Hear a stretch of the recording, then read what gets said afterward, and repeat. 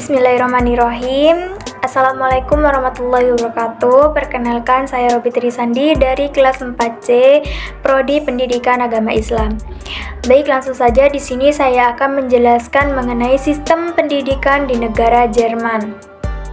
Dengan mata kuliah perbandingan pendidikan yang diampu oleh Bapak dosen Fikri Farihin MPDI.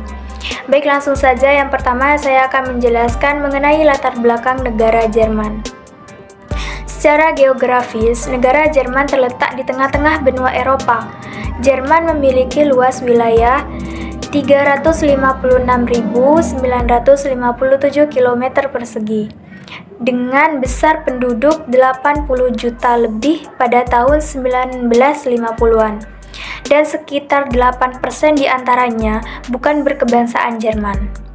Nah, kemudian bahasa yang dominan di negara Jerman adalah bahasa Jerman sendiri dengan bervariasi dialek, dikarenakan dari akar sejarah Jerman memiliki 4 kelompok minoritas bahasa, yaitu Danes, Frisian, Sinti, dan Sok.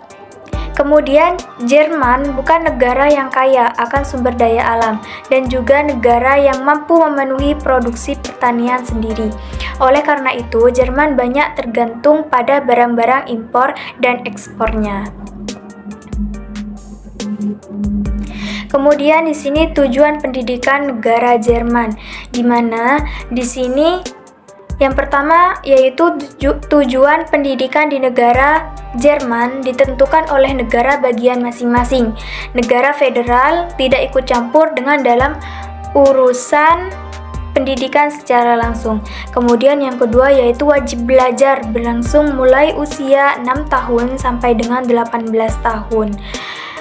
Yang ketiga yaitu untuk memenuhi wajib belajar harus dikunjungi sebuah sekolah penuh waktu selama 9 tahun di negara bagian tertentu, 10 tahun, dan setelah itu memasuki sekolah kejuruan paruh waktu.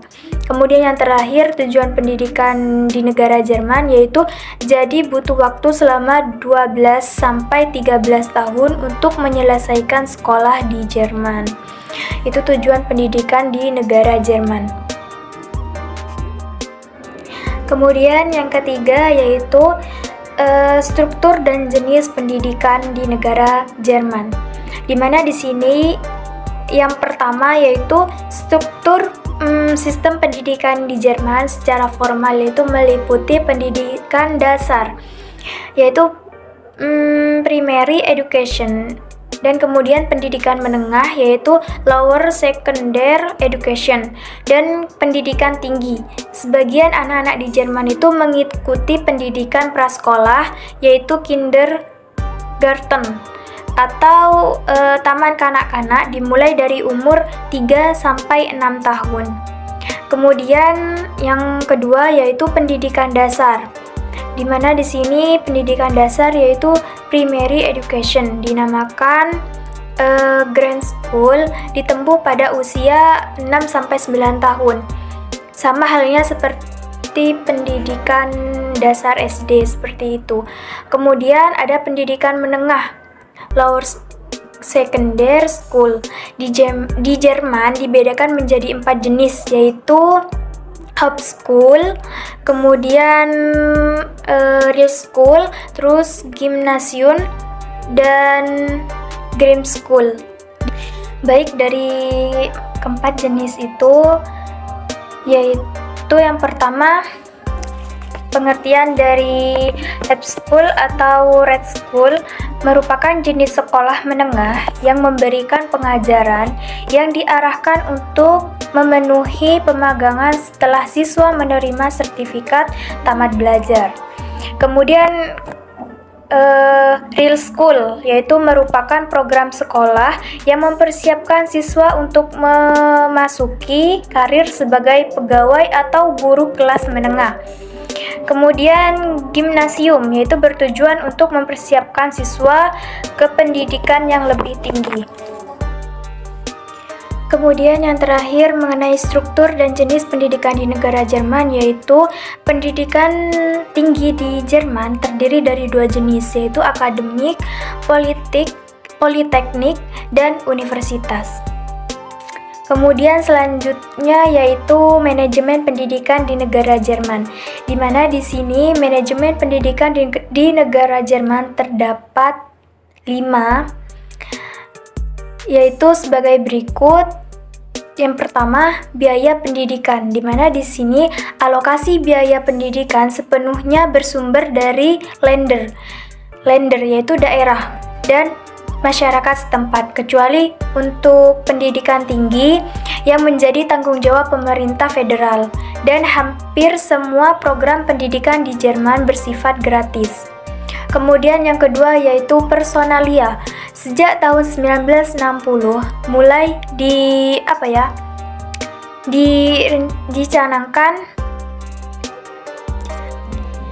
dicanangkan persyaratan kualifikasi yang sama untuk semua guru, minimal telah dididik di universitas.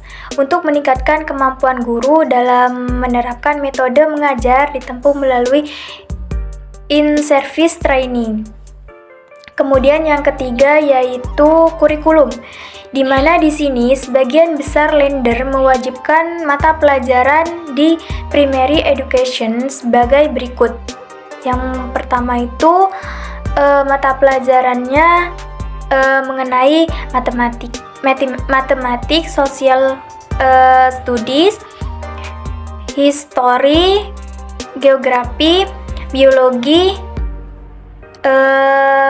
psikologi, kemudian musik, sport, agama, dan bahasa asing.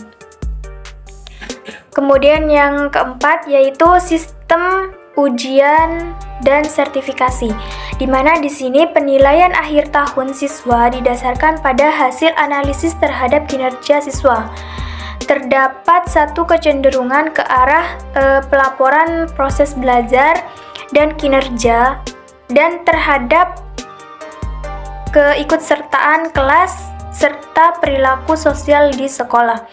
Tidak ada nilai ujian atau ijazah di sekolah dasar, yang ada hanya sebuah laporan kinerja siswa pada akhir tahun. Kemudian yang terakhir yaitu mengenai pengajaran nilai sikap, bukan pengejaran nilai rapot. Jadi nilai pertama yang mereka tanamkan adalah kemauan yang kuat, kesiapan untuk bekerja keras, dan keyakinan akan urgensi pendidikan. Jadi ketiga nilai ini masih menjadi tradisi yang mengakar kokoh dalam budaya pendidikan di Jerman, sehingga sulit kita menemukan fenomena dosen atau siswa yang terlambat masuk kelas atau kelompok mahasiswa yang berkerumun mengobrol di tangga gedung-gedung perkuliahan. Jadi di sini yang diterapkan yaitu adalah nilai sikap, terutama pada sikap disiplin, seperti itu. Mungkin hanya itu yang bisa saya sampaikan mengenai sistem pendidikan di negara Jerman. Terima kasih sudah menyimak dari awal hingga akhir. Mohon maaf sebesar-besarnya apabila ada salah tutur kata. Mohon maaf yang sebesar-besarnya. Akhirul kalam. Wassalamualaikum warahmatullahi wabarakatuh.